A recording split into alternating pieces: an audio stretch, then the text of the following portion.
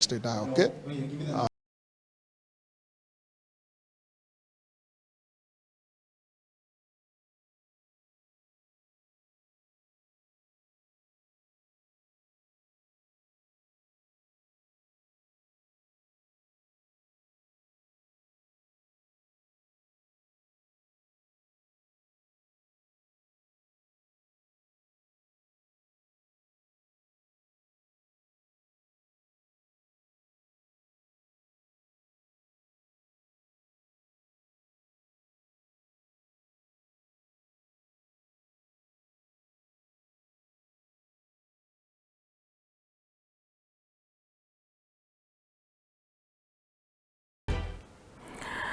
Good evening, and thank you so much for joining us on Joy Asonye Live this beautiful day here on KAFTAN television. My name is Joy Asonye.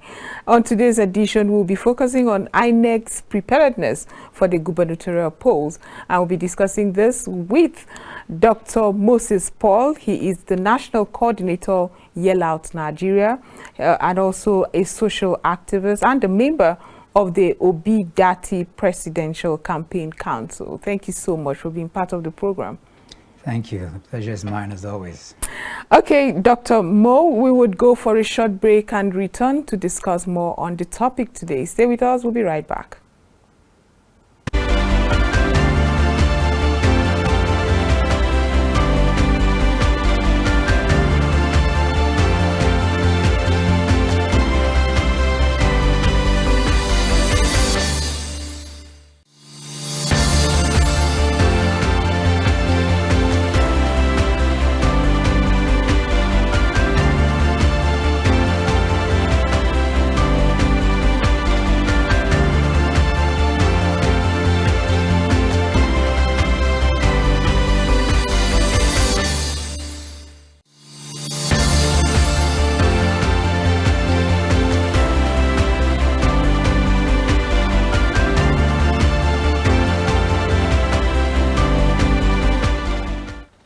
Welcome back. Now, the Independent National Electoral Commission, INEC, has once again assured Nigerians of the readiness to conduct the forthcoming governorship and State House of Assembly elections.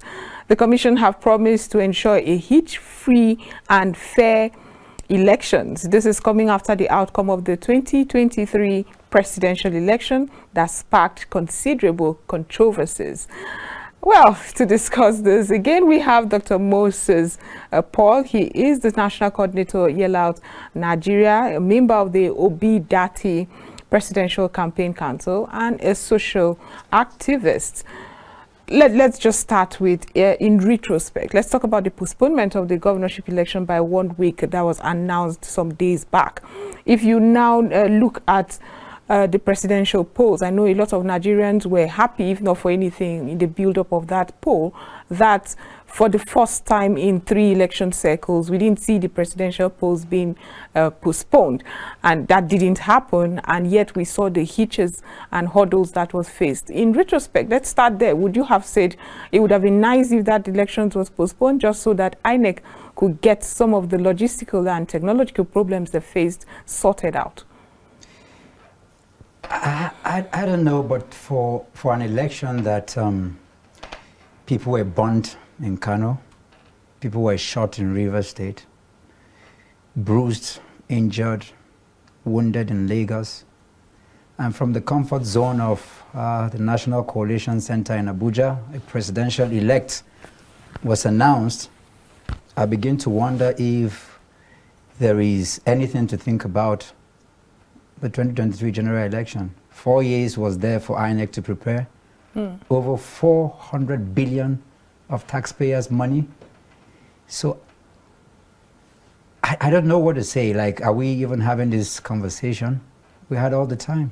It is what it is. We are having the conversation. Yeah. But INEC also at some point came out to say that a couple of days ago in the papers that they foiled over 12.9 cyber attacks on this server. And I know you were very loud when it came to talking about how this result could have been transmitted in real time as it was promised by INEC.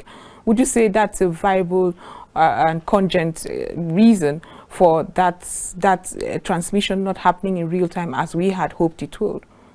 It's really sad because what INEC did is the greatest criminality in 21st century. There is no reason. The time was there, the funding was there, everything was there. We had the best of everything in the world. We have the best of people. This has been warehoused on AWS platform. It is almost like what was said about Titanic. It's impossible for it to be broken, hacked, or whatever. That's how much the build-up for 2023 general election is. So I sit here with a deep sense of sadness because that should never have been the case. And of course, it shouldn't be the case. Right. If you have to highlight those lessons learned, not for INEC right now, we'll get to INEC, what you would perceive INEC should learn as lessons. You are supporting, your group is supporting the Labour Party presidential candidate. If you have, in retrospect, what would you say your biggest lesson would have been? Is there something you feel like maybe the Labour Party could have done better? Because I know that the Labour Party at the moment are seeking redress in court and believe that in fact that mandate is theirs and it will be reclaimed. But what would you say in retrospect you would have done better, thinking back at the presidential elections, before we go to what INEC should do better and what to expect on Saturday? It's something that I'll be speaking about in a few days after the governorship election, which has to do with tightening of our state in-house, because again, this has shown that INEC cannot be trusted or believed because our laws were broken over and over again. So in retrospect, what I would say is that for the obedience or the Labour Party, we would negotiate and protect our vote better, just more than voting, because power, like they say, is never given, it has to be taken. So I believe much more than just going to vote. In terms of voting, we have the numbers and I can prove it, either by fact or by just, an expression of what has happened. Being one who has been on the ground in almost all the states in Nigeria, I know the pulse of the nation, as it were. So the other thing I would say, looking back in retrospect, is power negotiation and also power protection.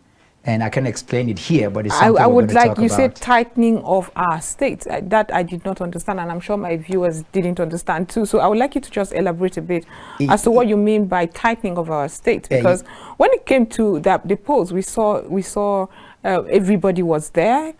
Party agents even signed off on the sheets, on the voter sheets before it went for collation. So what do you mean by tightening of our state? We trusted INEC. Right. Like we still trust the president of Nigeria. You have to trust the office and believe the best will come out of it. But there are certain things, negotiations that goes with power that I know we didn't quite do, and it's not something I'll be discussing now until after the governorship election, because it's part of what we have to do. I just came in from Lagos. Right. Yeah, so we're ensuring that we don't leave those gaps open. Okay. Now let's go to the governorship elections that's coming up. If I have to ask on a scale of 1 to 100, where is your trust level on INEC to deliver, as they have assured us here, a free, fair, credible election? -10. -10. Is that, do you then bother for Labour Party to even try? Because if you say -10 for a party that's coming, a lot of people have seen the PTOB, or rather the Labour Party and the obedient movement. It was quite unprecedented. And the conduct of the February 25th election also gave credence to how well you've done. I mean, the numbers were staggering as well. I know it's being contested, so I will not go too much there. For the first time, we saw a party such as Labour getting the many House of Representatives and senators across board. We saw how they shook the table basically when it came to the two popular parties were literally taking off their seat, especially in the southeast. So when you say -10 in an election that brought so much, it means you had more expectation. Well, yeah, obviously. I mean, you know, it didn't matter that we won the FCT as a party. We also won Lagos State as a party, the most populous state in Africa, and contending with anywhere in the world. To look at the figures, it's criminal. Lagos seats between 20 to 26 million people. And for an election that is unprecedented in the history of our country, with close to 100 million registered voters, it is criminal to have the kind of figures we have for Lagos, you know. And I speak this since we just, there is no better way to lay out, you know, that we won with just over 5,000. I mean, those kind of things should not be said in the 21st century, given the data and what exists. And again, looking at the data, Muhammad Buhari came in with about 15 million people, and the APC, who is declared to have won the election, is talking about 8 million overall votes. In an election that we have over half of the people are for the first-time voters. Right. I mean, the world is watching and just wondering what's going on with Nigeria. But we have for the first time also the bimodal voter accreditation system that will tell us exactly how many people indeed vote. Do you think that was bypassed as well? Because yeah, I've also heard people say this must be the original vote, because other elections have been marred by a lot of corruption and fraud. So if we were having those numbers, maybe we should let go of what we think we've had over the years and focus on what electronically can be proven. The voter apathy that was artificially created is my worry. And you know, you have, and I can give you, because I went around about 20 polling booths in the FCT because of the work that I do. And I give you an example of a polling booth in Lugbe, for example, in Abuja, that seats over 8,000 people. Not only did the machines and the materials came late, but even when they came, there were just about 2,000 to 8,000 people. So you can see that it's almost, it's crazy. So it arrived late, which in most of the polling booth, half of the people were gone because of our materials coming late. And that's not just the point, but some of the beavers didn't even get to work. So in the overall, and this is why even for the international community, they are wondering that, how do you won with, we have about 90,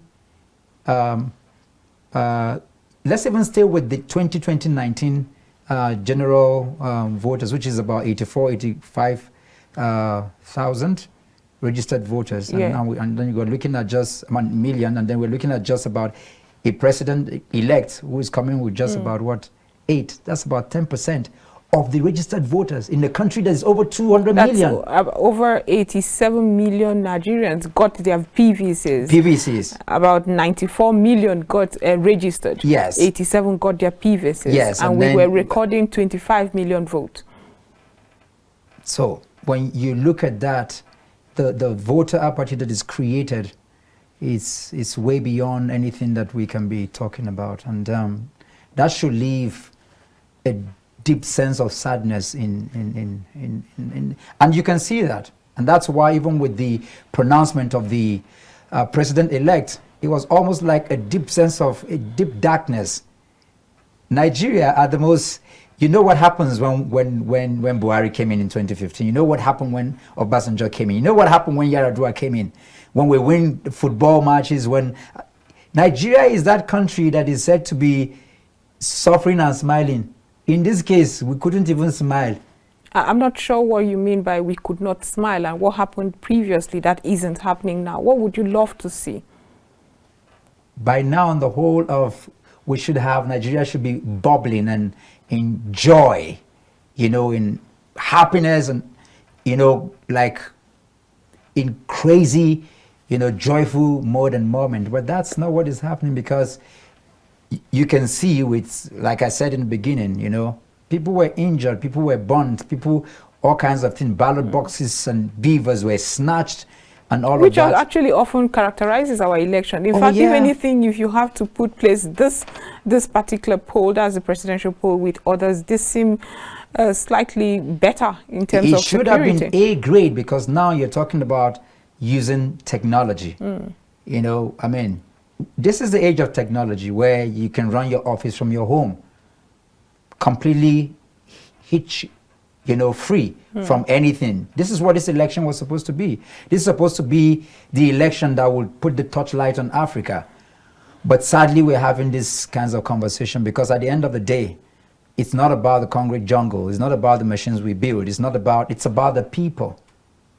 And so we have retrogressed, in character and in will. And I'm saying that because it's very sad. This shouldn't be the case, but this is where we are.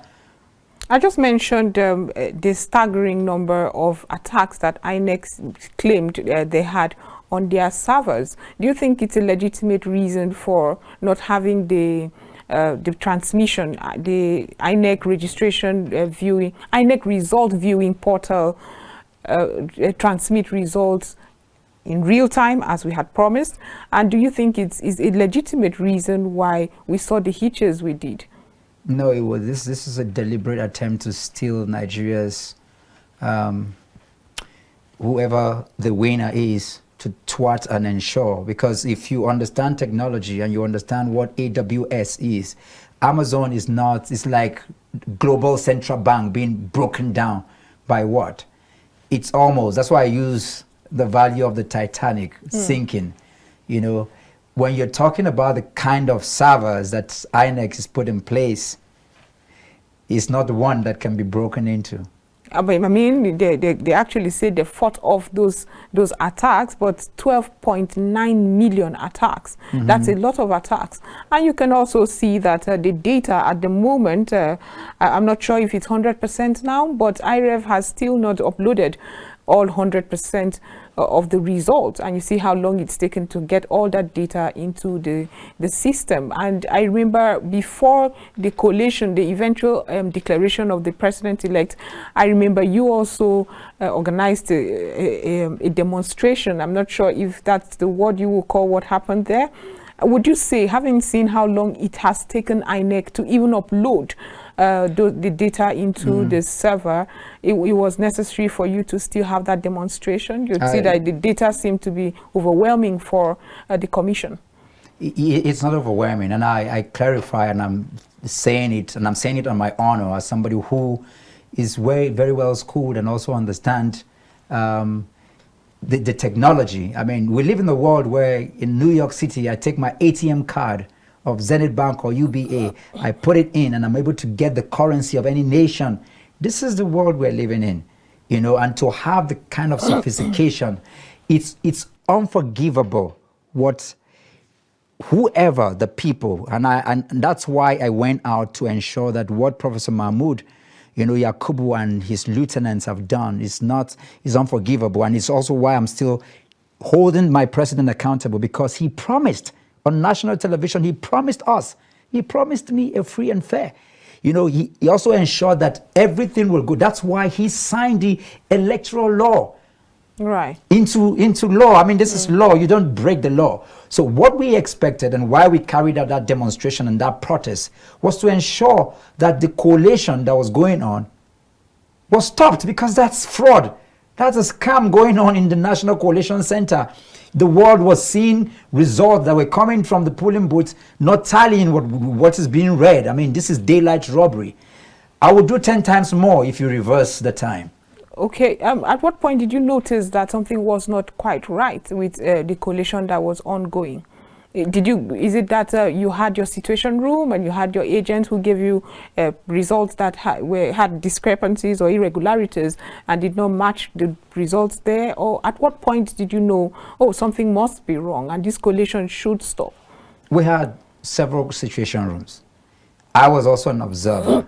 I was going around and I could see directly that what's being collated and what's being read out in the National Collation Center was not tallying with the results on the field, you know, both for Abuja, for Lagos, for the Jos Plateau. Almost all the results were cut in half. We could see that right from when the presentations were done in the National Collation Center, the ICC in Abuja. So right from the word go, we knew what was going on was completely, you know, Nigeria were being scammed, you know, right there. So we knew that, and yeah. And what is most interesting, before we let the past elections go and start moving forward to the Guber polls, is that the results that you seem to have from your situation room and the party agents that recorded is also different from what the PDP also put forward as what came out of their situation room and from their party agents. Nigerians are watching and saying there are three different contenders here, and we're seeing three different results. So what's your thoughts on that for Nigerians who are confused? So who indeed won these elections if you are fighting or challenging the emergence of Asiwaju Ahmed Bola Tinubu?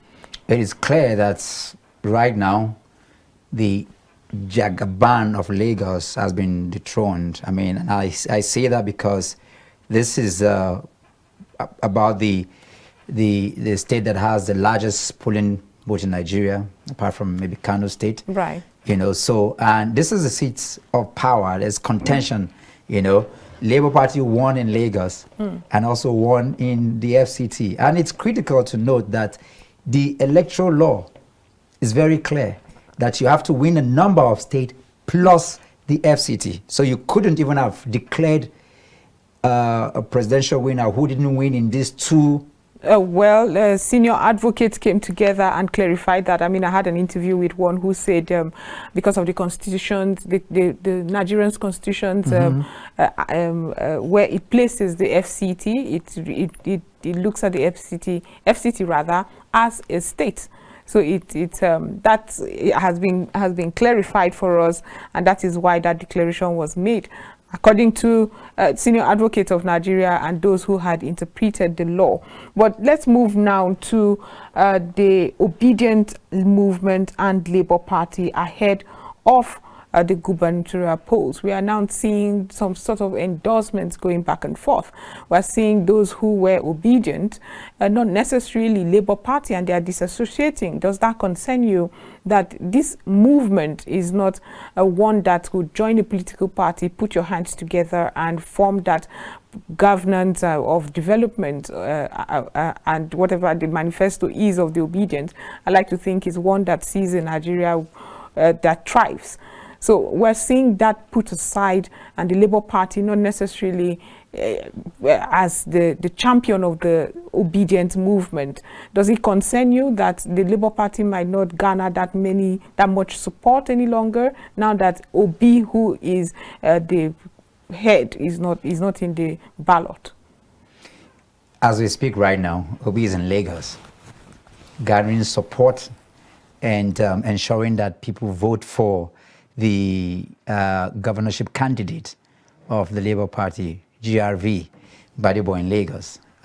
Yesterday, he was in Plateau, Jos, to do the same thing. He has been in Enugu. He's been all over the place to ensure that that's done. That being said, to a large extent, the obedient movement is warehoused in the Labour Party structure. However, you also have to give it some room, because this is an evolution. It's an ongoing evolution that is ongoing, and until the obedient movement is able to warehouse itself in the Labour Party structure, which is something that a few of us are championing. I've spoken about this, you know, with the coming convention of the Labour Party. We're going to see if that's the structure that we're going to, you know, completely warehouse the obedient energy and movement, because it's also important to have a party structure looking at our constitution and where we are as a people. But what is foremost for the obedient in the general context is the quality of individuals. It has to do with the competence of individuals, the character of individuals. And so you can see in one or two places where the obedient movement are supporting, especially where a person completely epitomizes competence, character, consistency, and the ability to be able to deliver. So that's where the obedient movement is right now. But 90% is still warehoused within the Labour Party's structure. So does it concern you that when you speak with some of the people who voted, like I, as a journalist, I had conversations with some who voted, and they tell you that we did not interrogate whoever was the House of Representatives or the candidate vying to be a senator. We just voted because it was a bandwagon effect, where we just want the Labour Party to succeed. Does it concern you that if we are looking for a country where there is credibility, like you say, integrity in those who emerge as in those political seats, we should have people who are well interrogated, whose intentions we already know? Does it concern you for our democracy? It's a yes and a no, but more of no, especially for because it's a Labour Party. Is that why we're coming from? No? It's a statement. Right. Yeah, it's a statement, because when you look at 4 people tweeting in a room, when you hear things like they are just the social media people, they can never do anything. So it's in your face. So it was important to make a statement. And in that regard, it was important to have that block vote to show the people, like we say in Nigeria, we go show you something when I go see something. So the obedient family or movement has shown the people something. They've made a bold statement to say, hey guys, we're not just social media. We're not just 4 people tweeting in a room. Right. They've made a bold statement that has reverberated and has changed the history and the status quo of politics in Nigeria. As it stands right now, it doesn't even matter who becomes Nigeria's president, because Nigeria, in terms of mix, the obedient people have changed the mix. They're going to hold whoever becomes president accountable and responsible. That's how, and this is the fun, this is a joy. This is what we've always sought for, that people should get involved in politics, because the road to governance and leadership is politics. And like they say, the thing dirty. So the obedient people have entered Poto and have shown the people that we really count. Okay, that's a good place to call for a break right now. We'll be right back after this short break. We're still discussing, analyzing Inec'S preparedness for the gubernatorial polls.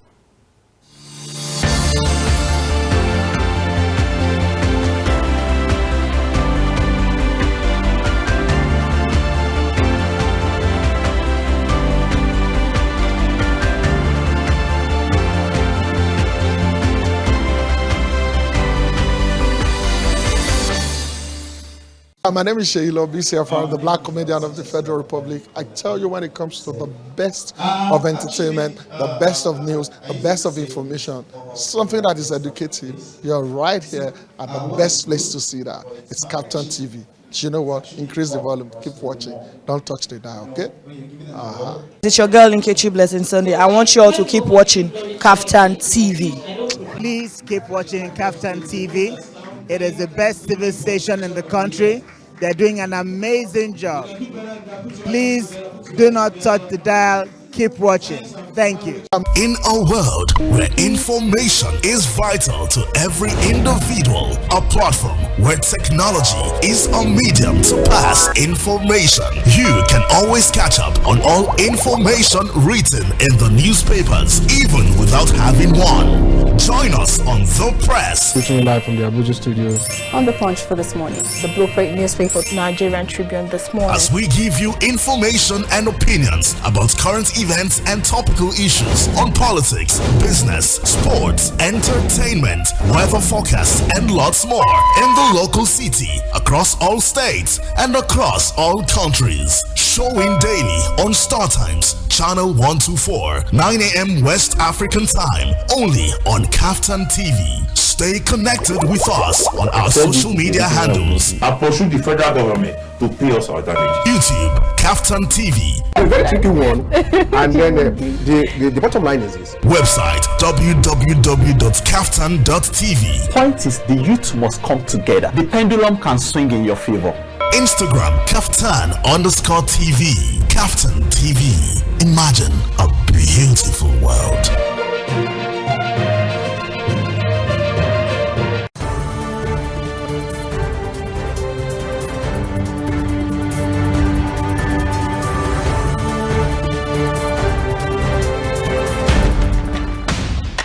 While wrapping up the day, unwind with the reminiscence of the day's news from home and abroad with KAFTAN TV 7 p.m. News.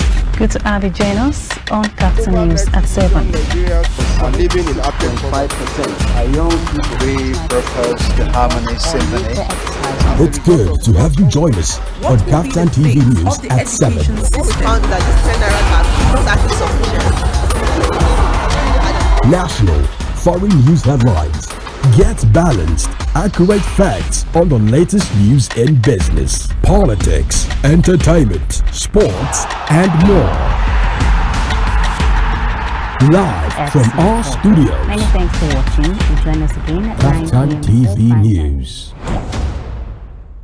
My name is Sheila BCFR, the Black Comedian of the Federal Republic. I tell you, when it comes to the best of entertainment, the best of news, the best of information, something that is educative, you're right here at the best place to see that. It's KAFTAN TV. You know what? Increase the volume. Keep watching. Don't touch the dial, okay?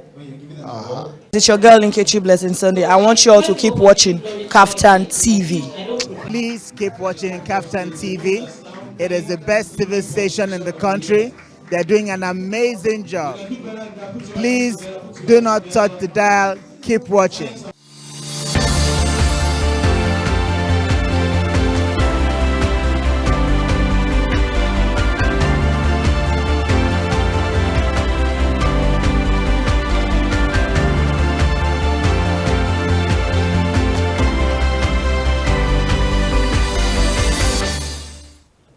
This is still Joy Asonye here on KAFTAN Television, where we've been discussing analyzing Inec'S preparedness towards the gubernatorial polls, and we moved the conversation a bit to talk about the obedience movement and the Labour Party ahead of the Guber polls. We've been discussing all of this with Dr. Moses Paul. Like I said earlier, he's the national coordinator, Yell Out Nigeria, a member of the Obi-Dati Presidential Campaign Council, and a social activist. Okay, I cut you off there to go for that break. You were talking about the obedience movement and the Labour Party. And to just joggle your memory, I would just like to ask if you would see a lot of Labour Party candidates across the 28 states that would be contesting. Do you see them succeeding exceedingly? Oh, absolutely. I mean, like I said again, you can see that Mr. Peter Obi being the leader of the party as it is, going all over the place to ensure that the energy,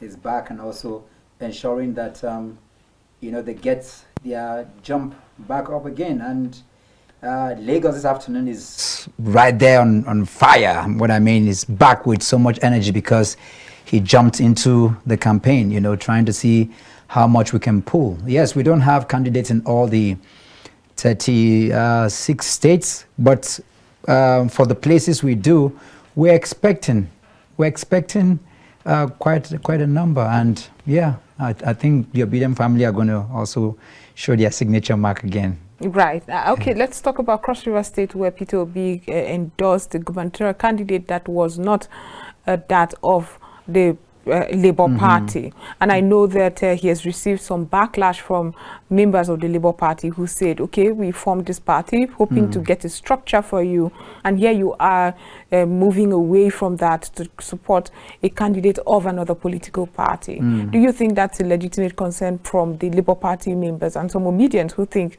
this is the height of anti-party activity?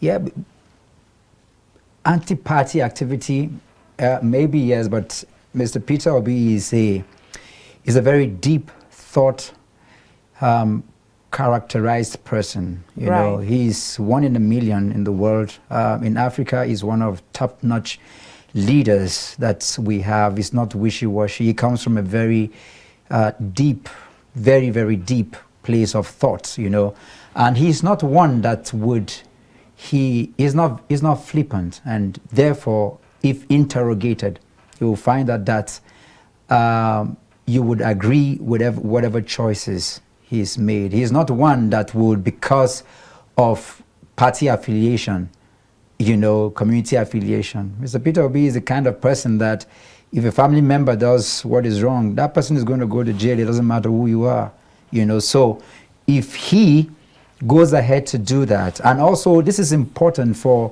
the evolution going on in Nigeria right now, where the Obedient family cuts across PDP, APC, Labour Party, YPP, and all the other parties. People voted for Peter Obi across the parochialism of religion, region, and ethnicity. Right. And so for the person who sits on the food chain of this energy, I don't think he would go to accept somebody who is less the quality or content or character of what he would expect. He wouldn't do that. And so I would back him 100%, but I understand the need to be able to build a party. But like I said, the story is not over yet for the Obedient movement. We're still evolving.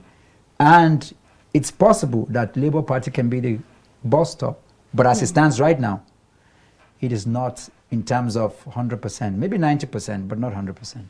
You have established before we went on that break that you do not have so much trust on INEC ahead of the Guber polls right now.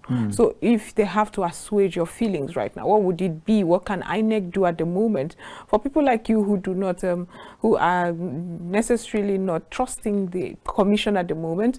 After the 25th of February, we saw people so aggrieved that we saw videos of people tearing off their permanent voter card, or it's no longer necessary and all that. What would INEC do right now, but apart from and despite the assurances they've been given, to give you some sort of trust, to build that trust in you? There is nothing modern Nigeria will not do to break our spirit. And salvation is not going to come from INEC. It will not come from President Muhammadu Buhari. It's not going to come from the police. It won't come from, sadly, the coppers, the young people, some of them, which we expect, to be able to,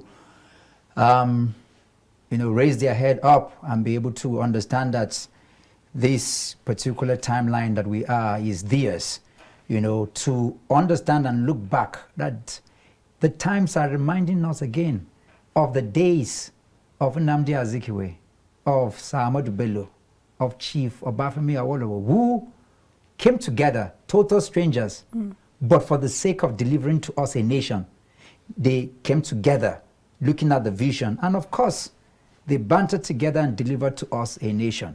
This should remind us. This is where I would get my solace from, and this is the narrative I will speak, that yes, even though broken, because we live in a very broken society, we will pick the pieces, not in spite of INEC, in spite of President Muhammadu Buhari, in spite of those who have robbed us, who have burnt us, who have shot us, who have, threw punches, who have snatched, who have run away. We still believe that Nigeria will be restored. We would go in because we have hope. We will go in because this is the only country we have. We will go in because if we stick to this long enough, good will overcome evil. So we believe our priority and our loyalty is not to INEC, is to the Nigerian state. Or rather, it is not to Professor Mahmoud Yakubu, but to the institution of INEC, which is the law. So we're hoping and believing that one day people will bend to the law and not the law bending to the people like we have seen done with INEC. What would you say among the challenges that marred and characterized the presidential elections your most concern is, especially as we move towards the Guber polls on Saturday? Is the fact that the law was more than broken. The law was broken multiple times. Our laws in Nigeria, especially with the electoral laws, the laws are very clear, direct, simple, and anybody could see that. The procedures are well explained. They could be understood even by an illiterate. For that law to be broken over and over again is so heartbreaking. Which law could you be referring to? The electoral law that gave the guidance I mean, it is clear that only the result from the IREV, the result that is taken from the beavers to the IREV, that will be declared. I mean, it was completely put aside, and manual collation was done. How about the conduct of the election itself? Were you satisfied? There was gross intimidation of voters. There was also suppression. There were several hitches that were faced. What would you say about the conduct of the election itself? It's the worst election in the history of humanity. Well, and that's what I said. People were burnt in Kano. I mean, people were shot in River State. Look at what happened in Lagos. We have them on video clips, people saying, if you are not voting for this particular party, get out of here. I also saw videos where people were telling others, how can you not vote obedient? Don't go there and vote anybody but the obedient. That's intimidation from both sides, if you ask me. But what would you say would be a way the security agencies can do better? Because if you follow the videos we saw and reports we got from the observers and those agents there, you see that the security agents just stood aloof while a lot of these infractions were being committed. What would you say the security agents can do better to just bring that integrity back to our electoral process? Before I speak to what they can do better, I need to clarify, what you said about the obedient movement. Exactly. And we're at a time when you can because it's about our value system. Right. And so when the obedience say that, what would you rather do? It's like truth against darkness. However, it's also out. I mean, if I hope to vote a certain person because I have interrogated this person and the person works for me, I feel like this person would deliver for me, and I have so many people intimidating me. Oh, you don't love the nation if you do not vote this, and you end up voting just because you don't want. It's like telling you that if you cross the red light, I mean, the street light is saying red is for stop. And I'm saying that if you cross it, you're breaking the law. You're not doing the right thing. You're breaking the law. That's true. I like that. But how can security agents in around the polling booths, the polling units, how can they mitigate all of this? I mean, when you wear that uniform, when you wear the police uniform, when you wear the military uniform, when you wear the Navy uniform, when you wear the paramilitary uniform, you are wearing the highest office. You actually at every point in time, and I think this is something that our security agencies and across board there's a consciousness that we should remind them of. You're actually standing in the same position with the president of the country. You're standing to defend. That is the first statement in line. As the president of Nigeria, the life and property of the people is under your care, is under your accountability and responsibility. That responsibility is warehoused in every person that wears that uniform, that security uniform. And I think that doesn't sink enough, because the security apparatus we have, they have all that it can take to be able to ensure that we have a free, a safe, and a credible election. Right. Nigeria's military, Nigeria's police are among the best in the world. I've traveled around Africa. We deliver from Sierra Leone to Liberia to everywhere. We're impeccable. We can do this. And what I'm saying is that they need to be reminded, like we're doing today, to ensure, to know that you are wearing that, you are the one to do it. And it's just to remind you, every tool that is required. This is why the respect and the fear is given to them. They can do it. We have them. We have the numbers. And they can ensure. And it is very sad, again, looking back at what happened in this election, where we can see videos of COP members colluding with INEC officials, with police people to carry these things away. I don't know what to say, but that's a complete break of law and order. But what is most painful than that is the fact that nobody is being held responsible. This is where, again, we have to look up to the President of the Federal Republic of Nigeria. Okay, why do you think we don't have enough people being held for electoral violence? Is it because political parties from across board are culpable? I think it's squarely on, it begins from the president of the country. Right. Yeah. There's something wrong. He shouldn't be the president if he will not hold to the vow of that office. This is where it all begins from. And I remember very much, even though I was a child then, but the stories and the histories are there. Mm-hmm. President Muhammadu Buhari, General Buhari was with the Diagbon. I mean, war against indiscipline. Exactly. Nigerians queued up. Right. Nigerians did the right thing. I don't know what happened, and this is why we're against. Maybe he has grown senile, he's become old, he's become...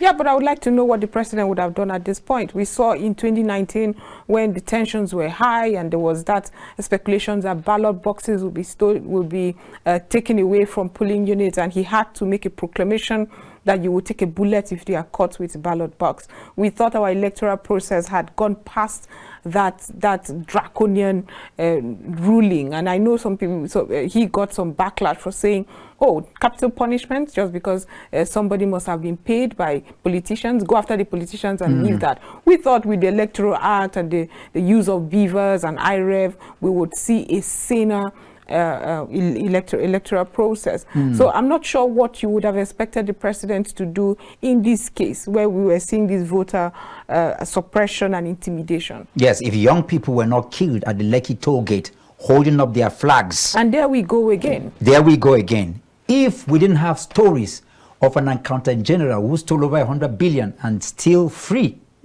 if there are no stories of malpractices and millions and billions being swallowed by snakes and scorpions, and these people are being free under the same... I fail to see how this would make our electoral process sane and with integrity. The point I'm making here is that we're still going through the same cycle. Right. We live at a time and in a space where nobody is held for corruption, where nobody is being punished for violating the electoral laws. This is what is going. This is jungle justice. As it is, this is why people look at us as a country and wonder, do you have a president? Because at the end of the day... I would take exception to that. I'm not sure there's anybody listening or who has talked about Nigeria and wondering if we have a president. Oh no, I've traveled and I'm asking too, do I have a president? Of course you do have a president. Then I'm calling my president even now to take responsibility do we for have what enough, he should. Do we have enough people like yourself who must have seen this happen and made a complaint to our security agencies? There are institutions, not necessarily the president per se, but there are institutions who are tasked with the mandate and responsibility to ensure that there is lives and properties protected, especially during the elections. And those who would violate, we saw the NSA, that the National Security Advisor, come out to say we have our hands down and all of that. It's going to be seamless and secure elections. What would you say? And bear in mind that if you put side by side other presidential election cycles, this seems better in terms of security. So would you give Nigeria some sort of an applause? And if you have to suggest what can be done in the Guber polls in a couple of days on Saturday, what would it be really? I mean, we're given another opportunity for both INEC and the president and the security institutions to prove themselves come Saturday. But again, I would recount, because how do you even place this? That the police commissioner of Kano State came out to tell the entire Nigeria when he was asked about the underage. Yes, minors that have... And he said, you see, you cannot tell the difference. You cannot tell, you know, whether these people, by just mere looking at them, whether they are children or they are adults. This is a currently serving police commissioner. Can you tell? You know, the pain I feel is looking at Nigerians and telling them that they're just completely Dr. Moses Paul, can you tell if this voter is underage or a minor or stunted growth? Yeah, like I'm looking at you and I know that I'm interviewing a baby. You're just interviewing me right now. You know, can I tell? Can I really tell whether you are? But you are a child or a woman? Is it in the place of the police to determine how old this person is? Shouldn't INEC have, in the first place, INEC staff or personnel who were registering these people in the first place deciphered? Yeah, I'm not sure. That is how bad we have reversed. You know, sometimes when you tell the stories, it's as though we're not having the conversation. You know, sometimes Nigeria is like, wait, are we dreaming? It's like a dream within a dream to look at a 7-year-old, an 11-year-old, and look at Nigeria on a national TV and tell them that you can't just tell the difference between a child and an adult. But you do understand that there are people suffering stunted growth. Don't mind me, I'm just being mischievous. But let's go back. I understand that. I mean, the only way to talk about this is to get mischievous, you know. That's the only way to go about this, really. Well, let's go back to the Guber polls that are coming up. We have seen the massive apathy. I mean, if we have about 87 million Nigerians with their permanent voters card and just 25 million actually going out there to vote, that's banking on the results we have from INEC. What do you expect for the Guber polls, where Nigerians at the moment are already not, some Nigerians are already not happy as the way the polls were conducted in the first place? What I can do is just to reiterate what I've said before, because old is a mindset that refuses to change in thinking and in action. And this is where some of the people in Nigeria are caught. They are caught, they are placed, they are old.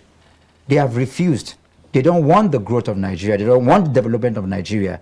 And so they will do everything to ensure that Nigeria remain in that position where it would never raise its head. It will be shamed and named in the Committee of Nations. But again, for the doggedness of the people of Nigeria, like I said before, not because, in spite of INEC, in spite of what is going to happen, because the trust level is of course 0, we will go to the polls because we understand that it's an evolution and we will keep doing this. And I've said it again, like I'm speaking to everybody that is listening. Every good and well-meaning Nigeria, ensure, especially with the obedient movement, we that claim that we have fairness, justice, equity as value system, we must ensure that we don't leave this game called politics. We must ensure that we keep at it. We go, we protest, we go legal, we go to the courts. We ensure that we hold INEC responsible. We ensure that we hold the agencies responsible. We keep speaking, different NGOs and CRRs and all of that. We continue to raise our voices for the international community and for ourselves, and not give up, because to give up is to give in to the criminality and the evil that is going on in our society, and to hope that one day we will infuse, you know, the young people that are looking at INEC, enter into INEC, become that police officer, ensure that that thing that you want, that you become it, because that is the only way to get our nation to do what is right. Whatever you're seeing that you don't like, ensure that you replace it. And we're urging everybody, do not, because salvation will not come from INEC. It will not come from the institution. Let it come from you. Let it come from you, because you are the light and the sun of Nigeria. And the sun has one ability, an ability not to be broken, an ability not to fall for any of the gimmicks that come. Like me, I will never give in or give up. We will continue to vote. We will continue to hold them accountable. Speaking about holding accountable, how do you, if you have to give us some sort of a foresight into how the Asiwaju Bola Ahmed Tinubu's administration would go, and with this level of awareness and this level of participation in governance from young people, would you say that Nigerians will hold the next administration accountable? And would we see that interest, the momentum of interest being sustained and enthusiasm? I think it will be sustained. I think we're working on it, and that's why I'm calling on everybody to ensure they go out to vote come Saturday, because the power of voting is the first in line of holding accountable. When you go out to vote, regardless of the outcome, because you went out to vote, that is what it means to hold account, because you participated. The power to be able to speak afterwards, the power to go to the court, the power to protest comes from you being a powered citizen. And a powered citizen is a citizen that goes to vote. An ordinary citizen is a citizen that is just there. Right. So become a powered citizen. So when you go there to protest that I didn't vote for you or I voted for you. That is the power. And Right. you must do this because I went and voted. voted. And so whether the person you voted for won or not, because you voted, you will hold that person accountable. That makes you a citizen, a powered citizen of the community. And it begins from the State House of Assembly. It begins from what? The governorship. This election on Saturday is more important than the presidential election. Exactly. Because the governor, It's the State House of closer. Assembly is much closer to the people than the president. These are part of the awareness and the social construct in terms of consciousness that Nigerians need to have. This is where governance begins from. This is where leadership is, at the state level, at the local government level. Right. Do you think Nigerians are aware of the processes to take when it comes to holding a government accountable? I think Nigerians are waking up to the reality of or it. it's going to be a social media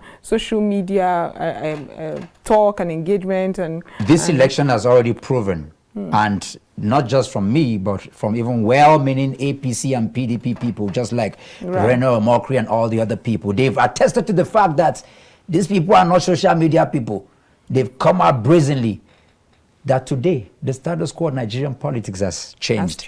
As we speak right now, some people are scared because they don't know what will be the outcome of the election. I think something new is happening in Nigeria and it's quite very exciting. Okay. This is where we should be as a people. Dr. Moses Paul, National Coordinator, Yell Out Nigeria Initiative, social activist and member of the Obi-Dati Presidential Campaign Council. I must thank you for being part of the program and sharing your insight as Thank to you. how an INEC can prepare better for the Guber polls. Thank you so much. Thank you.